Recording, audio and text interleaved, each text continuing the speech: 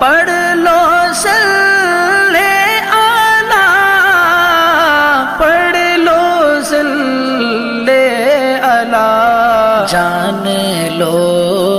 ہے یہی نسخہ کیمیا، میرے پیارے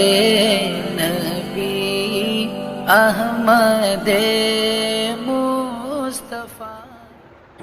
نحمد اللہ تعالی ونصلی علی رسولہ الکریم، اما بعد،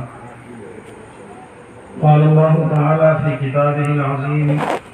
اعوذ باللہ من الشیطان الرجیم، بسم اللہ الرحمن الرحیم۔ مثل الذین ينفقون اموالهم فی سبیل اللہ کمثل حبۃ أنبتت سبع سنابل في كل سنبلة 100 حبة والله يضاعف لمن يشاء والله سميع عليم، أو كما قال. صدق الله مولانا العلي العظيم، وقال النبي صلى الله تعالى عليه وسلم: لا يؤمن أحدكم حتى يكون هواه تبعا لما جئت به، أو كما قال صلى الله عليه وسلم. وقال النبي صلى الله تعالى عليه وسلم: من بنى لله مسجدا بنى الله له بيتا في الجنة أوسع منه، أو كما قال عليه الصلاة والتسليم۔ میں محترم بزرگوں، دینی بھائیوں اور ساتھیوں، اہل نصیب کو، آپ حضرات یہاں جس مناسبت سے جمع ہوئے ہیں وہ آپ کو بھی معلوم ہے ماشاءاللہ، اور ہمیں بھی معلوم ہے۔ ہم سب لوگ جس مناسبت سے یہاں جمع ہوئے ہیں، نصیر پور کے لیے یہ خوش قسمتی کا سبب اور باعث ہے کہ یہاں پر مسجد کی تعمیر نو ہوئی ہے، اور تعمیر کیا بلکہ اس کے لیے جگہ کا انتظام ہوا ہے ابھی تو، اور اس کے لیے تعمیر کی سوچ رہے ہیں اور کوششیں کر رہے ہیں، منصوبے بنا رہے ہیں، اور اسی کے لیے ہم لوگ یہاں فی الحال جمع ہوئے ہیں کہ ان کوششوں کو آگے بڑھایا جا سکے اور ان کو جلا دیا جا سکے۔ مسلمانوں کو یہ بات یاد رکھنی چاہیے کہ مسلمان جب کہیں دنیا میں رہتا ہے، بستا ہے، گھر بناتا ہے، کوئی محلہ یا کوئی گاؤں یا کوئی بستی آباد کرتا ہے،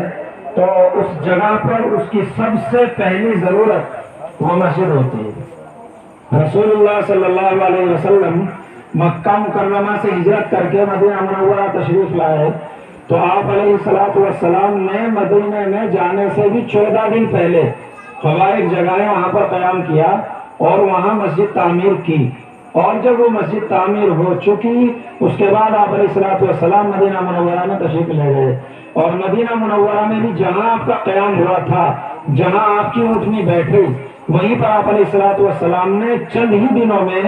2 یتیم بچوں سے زمین خرید کر اور مسجد کی بنیاد رکھی اور مسجد بنائی، اور اس کے بعد پھر وہاں پر رہنا سہنا، اصلاح، کہنا سننا جو کچھ تھا وہ بعد میں ہوا، مسجد کو وجود پہلے دیا گیا۔ اور یہ نظام صرف اور صرف مسلمانوں کے پاس ہے، دنیا میں کسی قوم کے پاس میں یہ نظام نہیں ہے کہ ہر محلے میں قریب قریب ان کی مسجدیں ہوں۔ ہندوستان میں جو ہماری صورتحال ہے یہ صورتحال اچھی نہیں ہے کہ ایک مسجد یہاں ہے تو دوسری 1 کلومیٹر کے فاصلے پر ہے، تیسری 1.5 کلومیٹر اور دوسری 2 کلومیٹر کے فاصلے پر ہے، اور اتنی دور مسجدیں ہیں کہ نماز کے لیے سوچنا پڑتا ہے جانے کے لیے کہ اتنی دور مسجدوں میں جائیں تو کیسے جائیں، اور جگہ جگہ پر مسجدوں کا انتظام نہیں ہے۔ مسلمانوں کی نئی کالونیاں اور نئی بستیاں بستی چلی جا رہی ہیں، مکان پر مکان اور پلاٹ پر پلاٹ بکتے اور خریدے چلے جا رہے ہیں، لیکن ان میں بہت کم ایسا سوچا جاتا ہے کہ مسلمان کا سب سے ضروری اور اصلی ہدف کیا ہے۔ مسلمان کو دنیا میں مکان دکان بنانے کے لیے، کاروبار کرنے کے لیے، روپیہ پیسہ اکٹھا کرنے کے لیے فقط کیا بالکل نہیں بھیجا گیا ہے، اس کا مقصود اصلی دنیا میں آنے کا یہ ہے ہی نہیں۔ یہودی لوگوں کے پیش نظر صرف اور صرف یہ ہے کہ دنیا کی معیشت پر قبضہ کیا جائے، سارے کاروبار پر کنٹرول کیا جائے اور پوری دنیا کی معیشت کو اپنے قبضے میں کر لیا جائے اور دنیا کو اپنی انگلیوں پر نچایا جائے۔ چنانچہ وہ لوگ اس ہدف میں، اس مقصد میں بہت حد تک کامیاب ہیں۔ شاید آپ حضرات کو معلوم ہو کہ پوری دنیا کا 80% گولڈ اور سونا یہودیوں کے پاس ہے، اور جتنی کرنسیاں ہیں ان تمام کے اوپر ان کی بزنس اثر انداز ہوتی ہیں۔ جس ملک کی کرنسی چاہتے ہیں تو ڈاؤن کر دیتے ہیں اور جس کی چاہتے ہیں تو ہائی کر دیتے ہیں، اور وہ لوگ دنیا کو کھلونا سمجھ کر اور اپنا کھیل کھیل رہے ہیں۔ ان کے پیش نظر صرف اور صرف دنیا کا اکٹھا کرنا، دولت جمع کرنا اور خدا سے ایک طرح کی لڑائی مول لینا۔ یہی صورتحال عیسائیوں کی ہے، کمیونسٹوں کی ہے، بدھسٹوں کی ہے، ہندوازم کی ہے اور دیگر تمام لوگوں کی ہے، لیکن مسلمان صرف وہ نظریہ لے کر دنیا میں آیا ہے کہ رسول اللہ صلی اللہ علیہ وسلم پر نازل ہونے والا قرآن، اس میں بھی جمع مال کی برائی کی گئی، اور خود رسول اللہ صلی اللہ علیہ وسلم نے پوری زندگی گزار کر صحابہ کرام کو دکھلا دیا کہ مسلمان جمع مال کے لیے دنیا میں نہیں بھیجا گیا ہے۔ ایک مرتبہ نماز پڑھانے کے لیے آپ علیہ السلام مصلی پر پہنچ گئے، پیچھے تکبیر ہو چکی تھی، تکبیر ہو چکنے کے بعد آپ نے مصلی چھوڑا اور یوں کمرے تھے آپ علیہ السلام کے سامنے والی دیوار میں اس وقت، تو آپ کمرے میں تشریف لے گئے اور کچھ دیر کے بعد تشریف لا کر مصلی پر پھر آپ نے نماز پڑھائی۔ صحابہ کرام روب کی وجہ سے، دبدبے کی وجہ سے بول نہیں سکتے تھے۔ آپ علیہ السلام جب نماز پڑھا چکے تو بعض نے ہمت کر کے پوچھا کہ یا رسول اللہ، یہ صورتحال جو ہم نے دیکھی ہے یہ کبھی پہلے نہیں دیکھی کہ آپ تکبیر ہونے کے بعد اور مصلی چھوڑ کر گھر میں گئے ہوں اور پھر کچھ دیر کے بعد آ کر آپ نے نماز پڑھائی ہو، یہ صورتحال ہم نے اب سے پہلے نہیں دیکھی، یہ کیا بات پیش آئی؟ تو آپ علیہ السلام نے فرمایا کہ ایک درہم گھر میں رکھا ہوا تھا اور وہ اب تک میرے گھر میں موجود تھا، اور نبی کی یہ شان نہیں ہے کہ اس کے گھر میں مال ہو اور وہ اپنے کام میں لگا رہے، اس لیے میں گھر میں گیا، اس کو صدقہ کرنے کا حکم دے کر آیا ہوں اور پھر اس کے بعد آ کر بڑی اطمینان نماز پڑھائی۔ تو مسلمانوں کے بس کا یہ کام تو ہے نہیں، اور نہ ہی ہر ایک کی ہمت ہو سکتی ہے کہ اتنے حوصلے سے اور اتنی ہمت سے کام لے کہ سب کچھ راہ خدا میں وہ قربان کر دے، اور یہ مسلمان کے لیے مناسب بھی نہیں ہے کہ وہ کلی طور پر خالی ہاتھ ہو کر بیٹھ جائے، کیونکہ توکل علی اللہ، اللہ کے اوپر اعتماد، اللہ کی ذات پر بھروسہ، وہ ہم لوگوں کا اگرچہ کہ ہم مسلمان ہیں ایسا نہیں ہے جیسا کہ ہونا چاہیے۔ پرندوں کو اللہ کی ذات پر بھروسہ ہے، تغدو خماسن و تروح بطانا، صبح کے وقت میں جب جاتے ہیں تو خالی پیٹ جاتے ہیں پرندے اپنے گھونسلوں کو چھوڑ چھوڑ کر، کوئی منڈیر پر جا کر کائیں کائیں کرتا ہے، گھر والوں کو اٹھاتا ہے ناشتے کے لیے، آپ بھی ناشتہ کرو، کچھ ہمیں بھی دو، اور جس وقت صبح کے وقت میں جاتے ہیں تو خالی پیٹ، اور جب شام میں اپنے گھونسلوں میں آتے ہیں اپنا بھی پیٹ بھر آتے ہیں اور اپنے بچوں کے لیے وہ چوغے کے طور پر کچھ لے کر بھی آتے ہیں۔ اللہ کی ذات پر کلی اعتماد ہے، چنانچہ آپ نے نہیں دیکھا ہوگا کہ کسی کوے کی کوئی فیکٹری چل رہی ہے اور کسی بندر کا کوئی کارخانہ جاری ہے اور کسی نے کوئی بزنس کر رکھی ہے، کسی کا کوئی کاروبار نہیں ہے، اور انسان سے زیادہ بڑی تعداد ہے ان کی۔ 18,000 مخلوق جو اللہ تعالیٰ نے دنیا میں پیدا فرمائی ہے ان میں سے ایک انسان ہے اور باقی 17,999 دیگر مخلوقات ہیں، اور ساری کی ساری کا اللہ تعالیٰ نے روزی روٹی کا نظم کیا ہے، اور اللہ پر اعتماد اور توکل ہے، ان کا کوئی کاروبار نہیں ہے۔ یہ توکل اور اعتماد چونکہ انسان کے پاس میں ایک عقل ہے جو اس کو دنیا کے معاشیات میں، دنیا کے ماحول میں گھماتی پھراتی ہے، اور وہ توکل کے اوپر اس کو آمادہ ہونے نہیں دیتی۔ نتیجہ یہ ہوتا ہے کہ آدمی کھانے کمانے میں لگتا ہے اور اپنے لیے کچھ ذخیرہ بھی کرتا ہے، اور مناسب بھی ہے کہ تھوڑا بہت ذخیرہ بھی ہو، کسی کے سامنے ہاتھ پھیلانا نہ پڑے، اور اپنے بیوی بچوں کا، ماں باپ کا، پڑوسیوں کا، رشتہ داروں کا، متعلقین کا ہر حق بھی ہم ادا کر سکیں۔ اور اگر اس کے لیے بندہ کوئی بھی کوشش کرتا ہے تو وہ بے دینی نہیں ہے، وہ دنیا داری نہیں ہے۔ یہ بات میں آپ کے سامنے عرض کر رہا ہوں کہ اگر آپ دکان پر بیٹھ کر کاروبار کر رہے ہیں تو آپ اس میں نفل سے زیادہ ثواب کما سکتے ہیں۔ ایک مرتبہ میں آپ اللہ سبحان اللہ الحمدللہ نہ کہیے، لیکن پورے وقت دکان پر بیٹھنے سے آپ کو نفل پڑھنے کا ثواب ملے گا۔ اور اگر آپ اپنے کھیت میں کام کر رہے ہیں، آپ اپنا کوئی کاروبار کرتے ہیں، ڈاکٹر صاحب کلینک پر بیٹھے ہوئے ہیں، ہاسپٹل میں موجود ہیں، لوگ یوں سمجھتے ہیں کہ ڈاکٹر صاحب تو دنیا دار ہیں، یہ کسان تو کھیتی باڑی کرنے والا دنیا دار ہے، یہ دکان پر بیٹھنے والا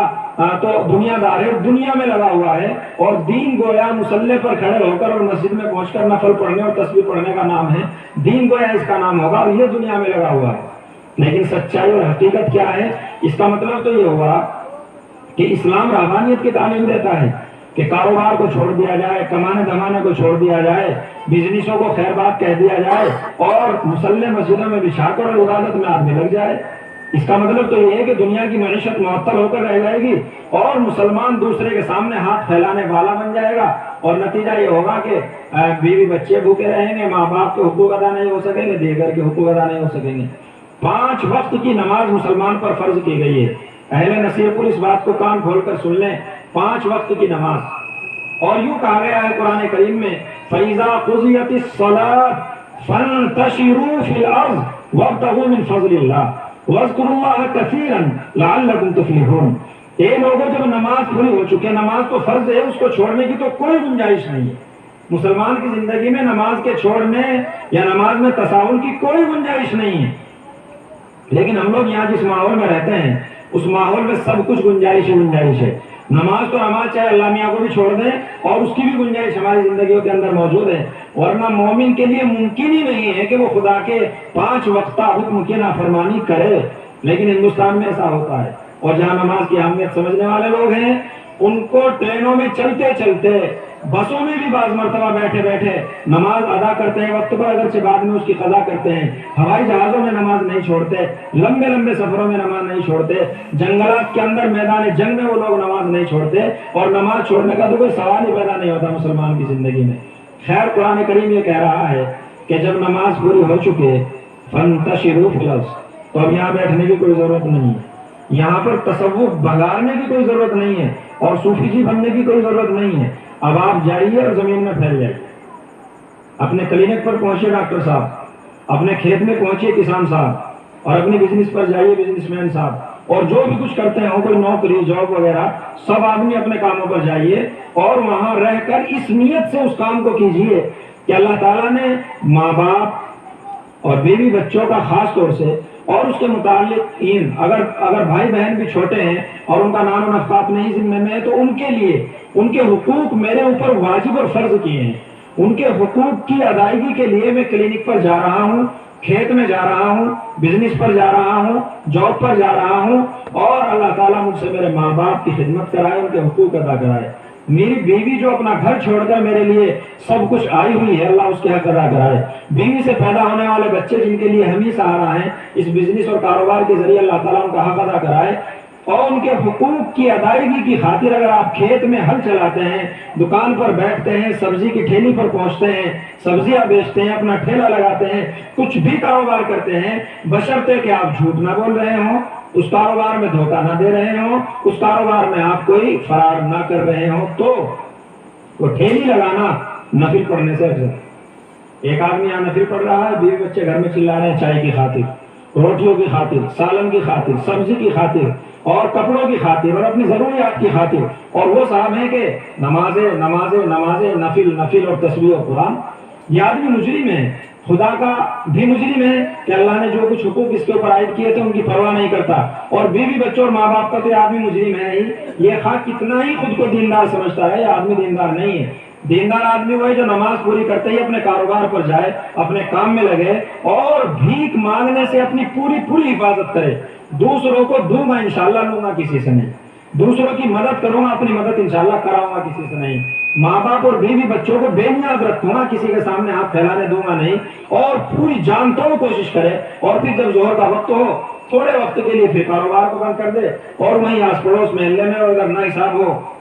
تو اپنی دکان پر ہی وہ پھر نماز ادا کرے، اور نماز ادا کرنے کے بعد پھر اپنے کاروبار میں لگے، اور اگر کاروبار پورا ہو چکا ہے تو اپنے گھر پر آئے، دو بچوں میں بیٹھے، عصر تک کاروبار کرے، عصر کی نماز پھر وہ آدمی پڑھ لے، اور عصر کے بعد میں اپنے بیوی بچوں میں آ کر ہنسی خوشی کے ساتھ میں بیٹھے اٹھے، کھانے پینے کی بات سوچے، نظام اور منصوبہ بنائے، مغرب کی نماز پڑھ کر کھانا کھا لے، چاہے پہلے کھا لے، مغرب کے بعد تھوڑی دیر بیٹھ کر اور عشاء کے لیے عشاء کی نماز پڑھ کر آرام کرے، فجر تک کا وقت اس کا متعین ہو گیا۔ عشاء کی نماز پڑھ کر جو بندہ سوتا ہے، فجر کی نماز اٹھ کر وقت پر پڑھتا ہے، حدیث شریف کے اندر موجود ہے، جو صرف عشاء کی پڑھ کر سویا، آدھی رات عبادت کرنے کا ثواب ملا،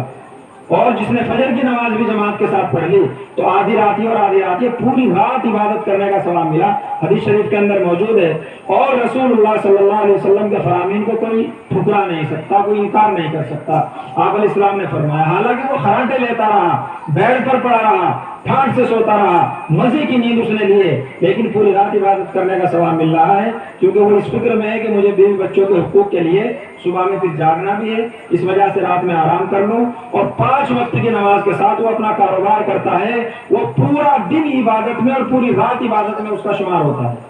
آپ کیا یہ سمجھتے ہیں کہ ہم دنیا دار ہیں فقط؟ آپ نیتوں کی تصحیح کیجئے، اپنی نیتوں کو ذرا بدلیے اور سارے کاموں میں عبادت کا ثواب ملے گا۔ عبادت صرف نماز ہی پڑھنے کا نام نہیں ہے، بہت بڑی غلط فہمی مسلمانوں کے درمیان ہے۔ عبادت سمجھتے ہیں تسبیح پڑھ لینے کو، عبادت سمجھتے ہیں تلاوت کر لینے کو، حالانکہ ٹھیلی پر آواز لگانے کا نام بھی عبادت ہے، حالانکہ دکان میں بیٹھنے کا نام بھی عبادت ہے، دوائی دینے کا نام بھی عبادت ہے، ڈاکٹر کو اپنی خدمات کرنے کا نام بھی عبادت ہے، بشرطے کہ اس کی نیت یہ ہو دھوکہ کسی کو نہ دے رہا ہو، کسی کا حق نہ دبا رہا ہو۔ خیر میں اس بات سے یہ عرض کرنا چاہتا ہوں کہ ہم لوگوں کے لیے دیندار بننا ذرہ برابر کوئی مشکل نہیں ہے، اور جو خیالات ہمارے ذہنوں میں ہیں، جیسا کہ ایک موقع پر ایک صاحب نے کہا کہ اگر ہم ملاؤں کی بات ماننے لگے تو دنیا میں کچھ بھی نہیں کر سکتے۔ ان صاحب نے میرے سامنے بات رکھی، میں نے کہا بھائی یہ آپ کی بڑی غلط فہمی ہے، ملاؤں کی بات اگر آپ مان لیں تو سارے کام آپ کر سکتے ہیں، اور اگر نہیں بات مانیں گے تو تب آپ تباہ ہو سکتے ہیں، اور یہ یقین ہے۔ چنانچہ سارے کے سارے کام ہمارے عبادت ہیں۔ مثال دے دوں، حضرت صدیق اکبر رضی اللہ تعالیٰ عنہ رسول اللہ صلی اللہ علیہ وسلم کے یار غار ہیں، آپ کو معلوم ہوگا، اگر آپ جانتے ہیں تو بہت اچھی بات ہے، مسلمان کو صحابہ کو جاننا چاہیے۔ حضور صلی اللہ علیہ وسلم کے ساتھی ہیں، مردوں میں سب سے پہلے ایمان لانے والے ہیں، اور آپ علیہ الصلوۃ والسلام کے خلیفہ اول ہیں۔ جب وہ نماز سے فارغ ہو جایا کرتے تھے، اپنے کپڑوں کا پھینچا اور گٹھر اٹھا کر کندھے پر، اور مدینے کی اور آس پڑوس کی بستیوں کی گلیوں میں آواز لگاتے پھرتے تھے، حل من مشتری للثوب، حل من مشتری للثوب، یعنی کوئی کپڑے کا خریدار ہے، بھائی کپڑا چاہیے، کپڑا لے لو، کپڑا لے لو۔ پورا دن یہی آواز لگایا اور کپڑا بیچا آپ نے۔ اور قرآن کریم ان کو سب سے بڑا متقی قرار دیتا ہے کہ وہ دنیا میں نبیوں کے بعد سب سے بڑے بزرگ اور سب سے بڑے متقی ہیں، اور بیچ رہے ہیں کپڑا۔ تو کپڑا بیچنے والا متقی ہو جائے گا، آپ کو سمجھیں گے بھائی کپڑا بیچنے والا تو دنیا دار آدمی ہے، اس کا تقوی اور پرہیزگاری سے کیا تعلق ہے؟ لیکن نیت صحیح ہو، حقوق کی ادائیگی کے لیے آدمی کام کرے تو یہ بھی عبادت اور بندگی ہے، اور اس کے لیے ہم تمام لوگ کام کر رہے ہیں۔ 5 وقت کی نماز کی پابندی، جیسا کہ حضرت مولانا رئیس صاحب نے ابھی فرمایا ہے، اور انہوں نے اس بات کے اوپر آپ کو آمادہ کیا، اور آپ نے وعدہ بھی کیا ہے بھی ہاں کہہ کر میرے سامنے، امید ہے انشاءاللہ کہ آپ اپنے وعدے کو نبھائیں گے، کیونکہ مسلمان وعدہ خلافی نہیں کرتا۔ اور یہ مولانا رئیس صاحب سے وعدہ نہیں ہے، بلکہ اللہ سے ہم عہد کر چکے ہیں۔ تفصیل تو بہت کچھ ہے، لیکن حضرت اقدس یہاں تشریف فرما ہے، وہ بعد میں آپ سے بات کریں گے، اس لیے میں اپنی باتوں کو زیادہ طول نہیں دوں گا۔ میں عرض کرنا چاہتا ہوں، کوئی وعدہ کر چکے، وعدہ مسلمان کبھی خلاف نہیں کرتا، اگر وہ مسلمان ہے تو اس کے ساتھ ساتھ اپنے کاروبار کریں، پوری توجہ کے ساتھ کریں، صبح سویرے اٹھنے کا مزاج بنائیں، اور دیر تک سونے سے ہرگز پرہیز کریں، ضروری طور پر پرہیز کریں۔ مسلمانوں کے نوجوان تباہ ہوئے چلے جا رہے ہیں، راتوں نیٹ پر لگے رہتے ہیں، اور اپنے لیور، پھیپڑے، گردے اور جگر سب کچھ خراب اور تباہ کر کے اپنی جو کچھ دن میں کمائی کرتے ہیں وہ ڈاکٹروں کے یہاں پہنچاتے رہتے ہیں، اور 9 بجے 10 بجے 8 بجے سو کر اٹھتے ہیں، اور نہ ناشتے کے نہ کھانے کے، اپنی فکروں میں پھر نکل جاتے ہیں۔ دن میں بھی جہاں کہیں بیٹھتے ہیں، بجائے ساتھی کے، دوست کے، خالہ کے، خالو کے، پھوپھی کے، پھوپھا کے ساتھ بیٹھ کر بات چیت کرنے، خیر و عافیت پوچھنے کے، خالو جی اپنے موبائل میں اور بھانجے صاحب اپنے موبائل میں، خالہ جی اپنے موبائل میں اور بھانجے صاحب اپنے موبائل میں، یہ کوئی انسانی زندگی نہیں۔ ضرورت ہو تو کھول لیا کریں، ورنہ اس کے بغیر اتنا زیادہ انہماک، سارا کچھ سسٹم پورے نظام کا سر سے پیروں تک کا خراب ہو جاتا ہے۔ رات میں اپنا ایک نظام ضرور بنایا جائے کہ ہمیں مثلا 9 بجے یا 10 بجے ہی بستر کو پکڑ لینا اور سو جانا ہے، اور سویرے اٹھنا ہے، سویرے سو کر سویرے اٹھنا ممکن ہوتا۔ خیر اپنے نظام کو بنایا جائے۔ میں جو کچھ بات عرض کر رہا ہوں وہ یہ، جب ہماری کمائیاں اچھی ہوں گی تو ہم لوگوں سے بے نیاز ہوں گے، ہم لوگوں کے سامنے ہاتھ نہیں پھیلائیں گے، اور بے نیازی کی زندگی میں وہ مزہ ہے جیسا کہ شہنشاہوں کی زندگی میں ہوتا ہے، اور فقر و فاقہ اور محتاجگی کی زندگی، یہ زندگی کتا بلی کی زندگی ہوتی ہے۔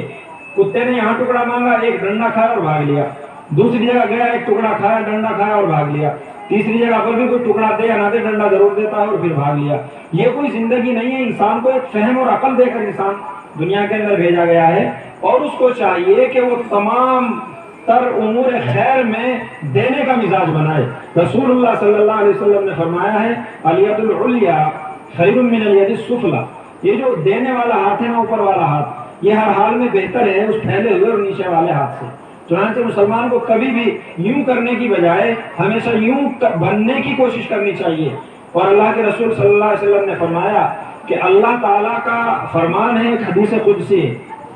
انا عند ظن عبدی بی، میں اپنے بندے کے گمان کے مطابق معاملہ کرتا ہوں۔ جیسا بندے کا میرے بارے میں گمان ہوگا، اگر اس کا گمان یہ ہے کہ مجھ کو تمہیں بھیک مانگ کر ہی ملے گا تو میں اس کو بھکاری ہی بنا دوں گا، اور اگر اس کا گمان یہ ہے کہ اللہ مجھے میرے کاروبار سے دے گا تو میں کاروبار سے ہی دوں گا، اور جیسا گمان کرے گا تو اللہ تعالیٰ ایسے رہتے ہیں۔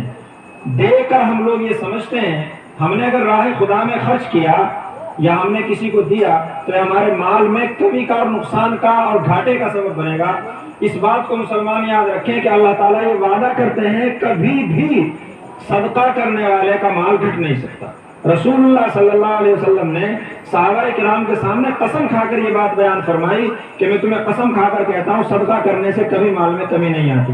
اور قرآن کریم میں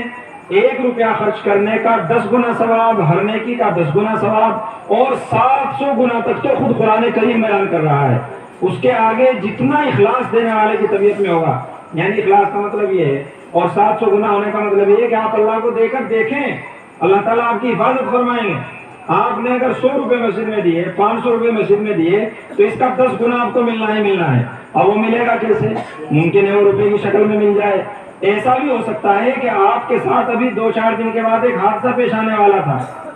اور وہ حادثہ اللہ تعالیٰ ٹلا دے۔ حادثے کے اندر خرچ ہونے تھے آپ کے 20,000 روپے ہاسپٹل میں، اور وہ حادثہ ٹل گیا اس 500 روپے کے صدقے کے نتیجے میں، تو آپ کے وہ 20,000 یا 50,000 روپے بچ گئے۔ آپ یوں سمجھ رہے ہو کہ میں تو 500 روپے اس دن دیے تھے مسجد میں اور مدرسے میں، اور اب تک تو مجھے کچھ ملا نہیں، اتنے دن ہو گئے ہیں۔ مسلمان کو یا مومن کو یا انسان کو پتا ہونا کوئی ضروری نہیں ہے۔ ایسا ہو سکتا تھا کہ ماں چھت سے گر جاتی اور اس پر 50,000 روپے خرچ ہوتے اور اللہ تعالیٰ نے وہ ٹلا دیا ہو۔ ایسا ممکن تھا کہ بزنس میں کوئی نقصان ہونے والا تھا اور اللہ تعالیٰ نے نقصان ٹلا دیا ہو۔ ایسا ہو سکتا ہے کہ کسی طرح سے آپ کو تندرستی اور صحت اور عافیت حاصل ہو گئی ہو، تو اللہ تعالیٰ رکھتے کسی کے نہیں، وہ باغیرت ہیں، وہ شہنشاہ ہیں اور بے نیاز شہنشاہ ہیں۔ آپ اگر کسی بادشاہ کو بھی ذرا سا ہدیہ دو گے یا کسی بڑے نیتا اور غیرت مند کو ہدیہ دو گے تو ضرور کئی گنا رکھ کر آپ کو اوپر سے دے گا، اور اللہ تعالیٰ کی تو ذات ہی بے نیاز ہے۔ وہ کیسے رکھ سکتا ہے کسی کا؟ کبھی کسی کا اللہ تعالیٰ نے نہیں رکھا ہے، اور اس کی بہت اہم مثال دنیا کے اندر موجود ہے۔ قرآن کریم کی اس آیت کا ترجمہ اب ایک صاحب نے مجھے بتایا کہ میں 10 روپے ایک صاحب کو دے کر، اور جیسے ہی ایک موڑ سے مڑ رہا تھا، مظفر نگر کی بات ہے، ایک موڑ سے مڑ رہا تھا، اتنی تیزی کے ساتھ وہاں ٹریکٹر روڈ پہ گزار رہا تھا کہ منہ ٹریکٹر چلانے والے ڈرائیور کا دوسری طرف، اور تیزی کے ساتھ ٹریکٹر چل رہا ہے، اور میری بائک بالکل ذرہ برابر، بس ایسا ہے کہ اب گئی اور اب گئی، اور مجھے خطرہ ہو گیا کہ منہ اس کا دوسری طرف ہے اور یہ ٹریکٹر میرے اوپر چڑھے گا۔ عجیب و غریب بات کہ اس نے خود بخود بے خودی کی حالت میں بریک لگائے اور ٹریکٹر اپنی جگہ پھسل کر رکا، اور میں بال بچ گیا۔ میں خدا کی قسم کھا کر کہتا ہوں، وہ صاحب مجھے بتلا رہے تھے، قسم کھا کر کہتا ہوں کہ میں اپنے ذہن کے مطابق یہی سمجھا ہوں کہ میرے اس 10 روپے کا یہ نتیجہ ہے، اور پھر میں نے اس کو حقیقت سمجھا کہ اگر آج شاید ایسا نہ ہوتا تو یہ ٹریکٹر مجھ کو پیس چکا ہوتا اور کتنا بڑا حادثہ ہوتا۔ تو اللہ کے رسول صلی اللہ علیہ وسلم اصدق القائلین اس دنیا کے اندر، آپ سے بڑھ کر سچا کوئی نہیں ہے، اور آپ نے فرمایا ہے الصدقۃ ترد البلاء، کہ صدقہ کرنا بلاؤں کو، مصیبتوں کو، آفتوں کو ٹلاتا ہے اور آنے نہیں دیتا۔ تو یا کیا ہمارا اللہ کے رسول کی باتوں پر یقین نہیں ہے؟ اور صدقہ کرنے کے لیے آج بہت مواقع ہیں۔ پہلے جو حضرت مولانا رئیس صاحب ابھی بیان فرما رہے تھے صحابہ کرام کے غربت کے حوال اور ان کے فقر و فاقے کے حوال، وہ زمانہ ایسا تھا کہ روپیہ پیسہ ڈھونڈنے نہیں ملتا تھا اور ہاتھ نہیں آیا کرتا تھا، لیکن آج کے زمانے میں ہر آدمی کے پاس پیسہ موجود ہے، ہر آدمی کما رہا ہے، اور ہر آدمی کے پاس میں وہ فقر و فاقے کی حالت نہیں ہے۔ بھوکے مرنے والے لوگ خال کہیں دور دراز آپ کو ملیں گے کہ جو 2 وقت کا، 3 وقت کا یا 1 وقت کا فاقہ کرتے ہوں، ورنہ فاقے کے زمانے جا چکے، اب کوئی فاقہ نہیں کرتا ہے۔ تو الحمدللہ سب کو روکھی سوکھی یا تر یا خشک جیسی بھی کچھ ہے سب لوگ کھا رہے ہیں، اور تھوڑا بہت کچھ لوگوں کے پاس میں ہے بھی، لیکن اگر اس میں ہم لوگ دینے کا مزاج بنائیں، خرچ کا مزاج بنائیں، تو ایسی شکل میں گھروں کے وہ اخراجات جو ہم ڈاکٹروں کے یہاں دیتے ہیں، پولیس میں دیتے ہیں، وکیلوں کے یہاں دیتے ہیں، ججوں کے یہاں رشوتوں کی شکل میں دیتے ہیں، ان تمام تر فضول خرچیوں سے ہماری حفاظت ہو جائے۔ گھر میں فی الحال اگر 10 بندے ہیں نا کسی کے، تو یا تو میرے ہی تجربہ غلط ہو یا تو یہ حقیقت ہو کہ میرا خیال یہ ہے کہ عموماً 10 کے 10 کی دوائی چل رہی ہے،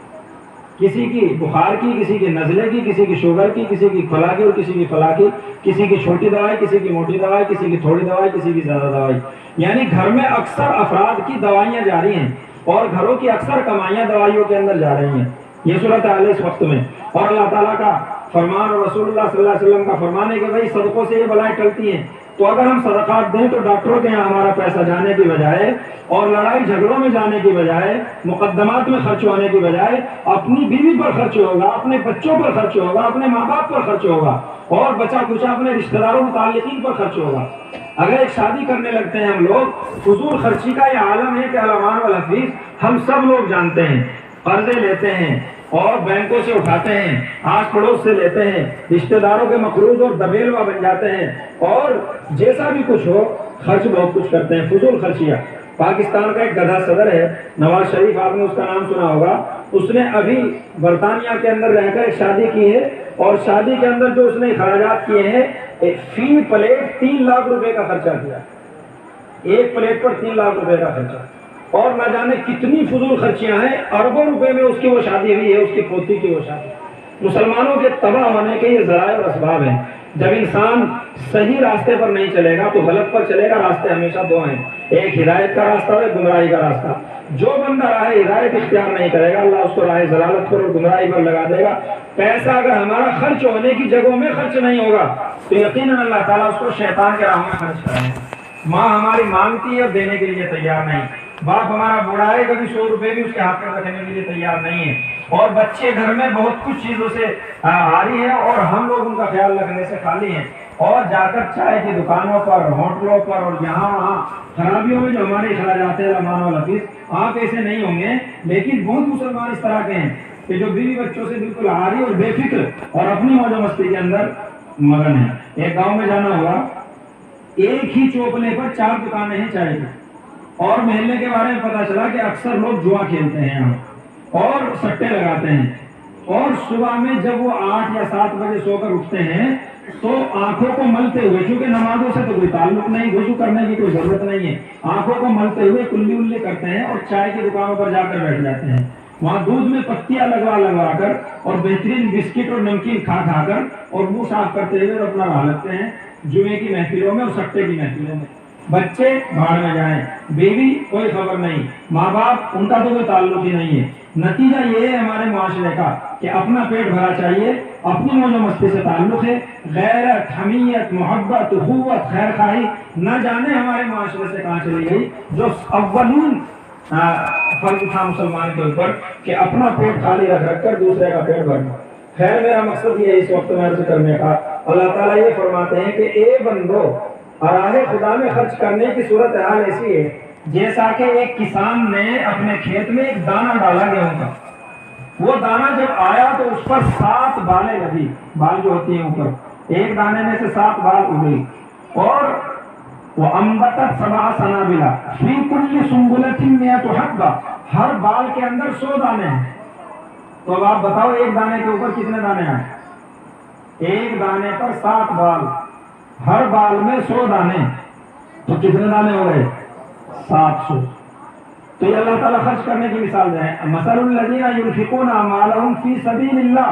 ان لوگوں کی صورتحال جو اللہ کے راستے میں اپنے مالوں کو خرچ کرتے ہیں ایسی ہے، ایک دانہ بو کر 7 بال ہے، ہر بال میں 100 دانے، پتہ چلا کہ ایک دانے میں 700 دانے۔ اور یہ مثال تو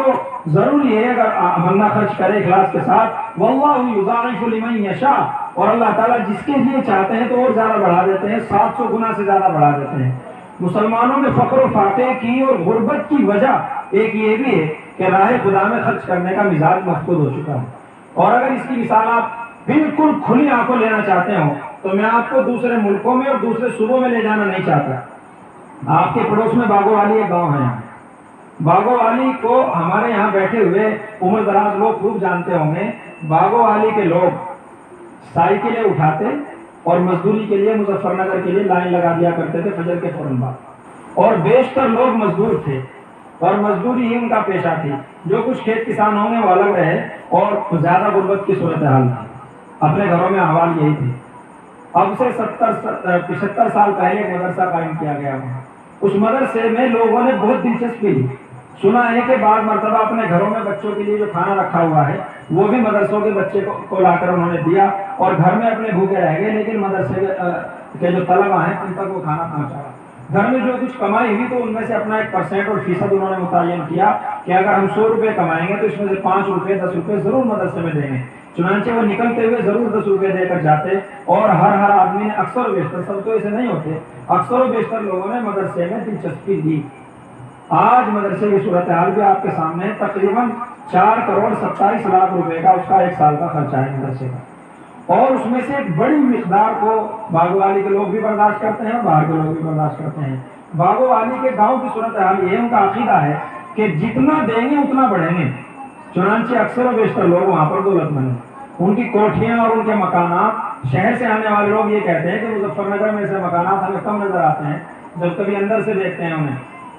اور ان میں جو لگی ہوئی لاگت کا اندازہ لگاتے ہیں کہ شہر میں بھی اس طرح کے مکانات نہیں جس طرح کے اس گاؤں کے اندر ہیں، اور مکان کیا بلکہ وہ عجیب و غریب طرح کی کوٹھیاں اور بنگلے ہیں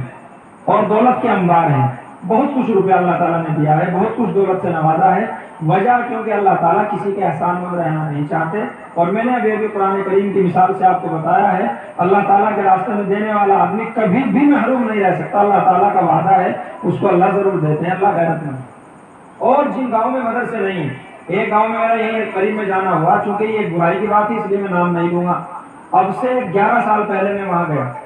گاؤں میں مدرسہ کوئی نہیں تھا. گاؤں میں گھستے ہی مجھے بیان کے لیے وہاں بلایا گیا تھا. میں نے کہا مجھے ایسا لگتا ہے کہ اس گاؤں میں کوئی مدرسہ نہیں. میں جانتا نہیں ہوں، اس سے پہلے آیا، تازہ آیا تھا اس وقت میں یہاں. تو میں نے کہا میں بھی آیا ہوں، میں اس گاؤں میں سمجھتا ہوں کہ شاید یہاں مدرسہ نہیں. انہوں نے مجھے کہا کہ آپ کو کیسے معلوم کہ یہاں مدرسہ نہیں؟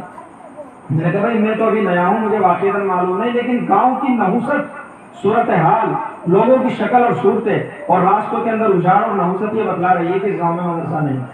جس بستے میں یا جس گاؤں میں مدرسہ اور تعلیمی دینی تعلیم کا سلسلہ ہو، وہاں پر از خود لوگوں کے چہروں پر رونق، ان کی محفلوں میں رونق، ان کے راستوں میں رونق، ان کے بیٹھنے کی جگہوں میں رونق، اور جی لگتا ہے اور دل لگتا ہے ان گاؤں بستیوں محلوں چوکڑوں اور گلیوں میں چلتے پھرتے اور اٹھتے بیٹھتے. اور میں نے کہا یہاں تو میرا جی ایسا چاہ رہا ہے کہ میں یہاں سے فی الحال واپس بھاگوں اور واپس چلوں، یہاں کوئی مدرسہ نہیں. میں واقعی کہہ رہا ہوں، پتہ چلا کہ وہاں کوئی مدرسہ تھا ہی نہیں. پھر اتفاق سے اسی سال وہاں مدرسہ قائم کیا گیا اور بہت لوگوں نے دلچسپی لی. اب ماشاءاللہ اس گاؤں میں گھستے ہوئے دل لگتا ہے، رہتے ہوئے دل لگتا ہے. بیانات کے لیے ہم لوگ کبھی کبھی جاتے ہیں تو بڑا دل خوش ہوتا ہے. لوگ بہت سارے داڑھی والے بھی ہیں، بیشتر لوگ ٹوپی کا استعمال کرتے ہیں. نمازوں کے لیے مسجدوں میں لوگ نمازی بھی کافی خاصے ہیں، اور رونق ہے پورے کے پورے گاؤں میں. چلتے پھرتے بچے جو پڑھنے والے وہ بھی نظر آتے ہیں، اور نحوست گویا کہ وہاں سے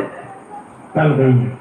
یہی صورتحال ہماری بستیوں کی بھی میرے بھائی ہونی چاہیے. ہم لوگ جیسے بھی کچھ ہیں، گاؤں سے آئے ہوئے یا ادھر ادھر سے آئے ہوئے، اپنے مکانات یہاں بنا رہے ہیں. ہماری سب سے اہم ترین ضرورت ہے دین، اور اس کے لیے سب سے بنیادی ضرورت ہے مسجد. اس کے بعد پھر مدرسہ اور مکتب کا بھی قیام مسجد سے ملحق یا غیر ملحق کیا جائے، اس سے ملا کر یا کہیں جدا، یہ بہت ضروری ہے. اس کے بغیر ہم لوگ دین کو نہ سمجھ سکتے نہ جان سکتے.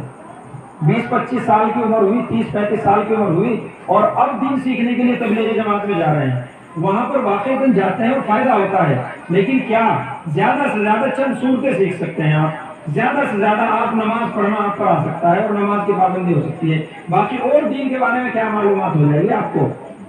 بھائی ربا کے کیا احکام ہیں، سود کے کیا احکام ہیں، قرض کے کیا احکام ہیں، خرید و فروخت کے احکام کیا ہیں، قضا کے احکام کیا ہیں، نماز کے جواز اور عدم جواز کی صورتیں کیا ہیں، روزے میں کیا مکروہات ہیں، کیا مفسدات ہیں، کیا محرمات ہیں، کیا معلوم ہے ان چیزوں کا؟ وہ چیزیں تو جو علم تو وہاں ہے نہیں. تو اگر زیادہ سے زیادہ آیا بعد میں تو 2-4 وقت کی نمازیں پڑھنا سیکھ سکتے ہیں، 2-4 صورتیں سیکھ سکتے ہیں. جانا چاہیے اور سیکھنا چاہیے. لیکن اصل جو انسانیت اور اسلام آتا ہے وہ بچپن میں آتا ہے. وہاں اچھا خاصا حفظ و ناظرہ بھی بچہ کر لیتا ہے. اس کے لیے بنیادی چیز ہماری مسجد ہے. اللہ تعالیٰ نے ہمارے سامنے ایک موقع فراہم کیا ہے، ہمیں موقع دیا ہے. مسجد بنیادی احوال میں ہے، اور بنیادوں میں جو لوگ حصے دار ہوتے ہیں ان کی اہمیت وہ ہوتی ہے کہ جو اہمیت پتوں کی نہیں ہوتی. درخت میں تنے کی جو اہمیت ہے وہ کلیوں کی، پتوں کی، شاخوں کی، ٹہنیوں کی نہیں ہے. اور بنیاد میں حصہ لینے والے لوگ وہ تنے کے مانند ہیں. جیسا کہ صحابہ کرام نے اسلام کی بنیاد میں حصہ لے رکھا ہے، بڑی بڑی قربانیاں دے رکھی، اپنا مال نشاور کیا. اب دنیا میں کوئی کتنا بھی بڑا متقی ہو جائے، کتنا بھی خرچیلا بن جائے، لیکن صحابہ کرام کی گرد پاکوں میں وہ نہیں پہنچ سکتا. صحابہ ہیں، اور بعد کے بزرگ چاہے شیخ عبد القادر جیلانی ہو، معین الدین چشتی ہو، شاہ عبد القادر ہو، اور چاہے کوئی بھی ہو، شاہ صابر صاحب ہو، لیکن صحابہ کرام کے گرد پاکوں نہیں پہنچ سکتا. وجہ اس کی یہی ہے کہ انہوں نے بنیادوں میں اسلام کو مضبوط کیا ہے، اور بنیادوں میں مضبوط کرنے والے کا حصہ سب سے اہم اور تنے کی طرح ہوتا ہے. آپ کی مسجد کا بنیادی کام اور ڈھانچہ بننا تیار ہے، اس کے بعد کوئی کلی کرائے گا، کوئی چونا کرائے گا، کوئی مینار بنوائے گا، کوئی لائٹ لگوائے گا، کوئی صفے منگوائے گا، کوئی کچھ کرے گا، کوئی ٹائل لگوائے گا وغیرہ وغیرہ. وہ بعد کے کام ہیں، ان کے بغیر بھی کام ہو سکتا ہے، لیکن بنیادی ڈھانچے کے بغیر کام نہیں ہو سکتا. اس لیے اب جو لوگ اس میں بڑھ چڑھ کر حصہ لیں گے وہ بحمداللہ بنیادوں میں حصہ لینے والے ہوں گے. اور ان کے لیے میں نے ابھی حدیث شریف پڑھی ہے. اس سے پہلے حضرت مولانا میرے سے پہلے تھے، انہوں نے بھی کہا تھا، یہ ابتدا میں بیان کر رہے تھے کہ جس آدمی نے مسجد میں کوئی بھی حصہ لیا، اگرچہ کہ حدیث کے الفاظ تو یہ ہیں من بنا للہ مسجدا، جس نے اللہ کی خاطر کوئی مسجد بنوائی، بن اللہ لہ بیتا فی الجنہ، اللہ تعالیٰ جنت میں اس کے لیے ایک محل بنائیں گے، اور سعی منہ، اس مسجد سے بھی جو زیادہ وسیع ہوگا. تو حدیث کے الفاظ تو یہ پوری مسجد جس نے بنوائی تو اس کے لیے جنت میں ایک مکان ہوگا، لیکن علماء کرام نے اس کی شرح کرتے ہوئے کہا ہے کہ پوری مسجد مراد نہیں ہے، بلکہ مسجد میں جس طرح کا بھی کوئی حصہ لیا جائے اور تعاون کیا جائے، اسی معاون کے لیے اور تعاون کرنے کے لیے جنت میں محل تیار کیا جائے گا جو اس مسجد سے وسیع اور یہاں سے زیادہ کشادہ ہوگا. اور یہ اللہ کے رسول کا فرمان ہے، اس کے اندر جھوٹ کا تو کوئی شائبہ نہیں ہے. اللہ تعالیٰ اس شخص سے بھی ہمیں محفوظ فرمائے. اس لیے آپ کے لیے اور محلے والوں کے لیے اور دیگر سننے والوں کے لیے یا سبھی جاننے والوں کے لیے بہترین اور سنہرا موقع ہے کہ یہاں پر مولانا عبدالصمد صاحب بھی موجود ہیں، رہتے ہیں، اور وہ مسجد کی خدمات انجام دے رہے ہیں، اور سنجیدہ سمجھدار لوگ موجود ہیں، اگرچہ کہ یہاں سب نہیں ہے، لیکن یہ سنہری موقع ہے، اس سے فائدہ اٹھانا ہماری ضرورت ہے. مسلمان تو دینے والے اور خرچ کرنے والے ہی کا نام. اور عجیب عجیب واقعات ہیں اس سلسلے میں، بڑے صحابہ کرام کے اور تابعین اور تبع تابعین کے بھی انہوں نے کتنی قربانیاں دی ہیں. اللہ تعالی ہمیں اس موقع پر مسجد کا زیادہ سے زیادہ تعاون کرنے کی توفیق عطا فرمائے، اور مسلمانوں کی طرح حقیقی اعتبار سے اپنے مال میں سے، اپنی کمائیوں میں سے مسجد کے لیے ایک حصہ مختص کرنے کی توفیق عطا فرمائے. اللہ تعالی ہماری اس مسجد کو جلد از جلد تعمیر کروائے، اور یہاں کے باشندگان کو، امام کو اور ان کے مقتدی حضرات کو،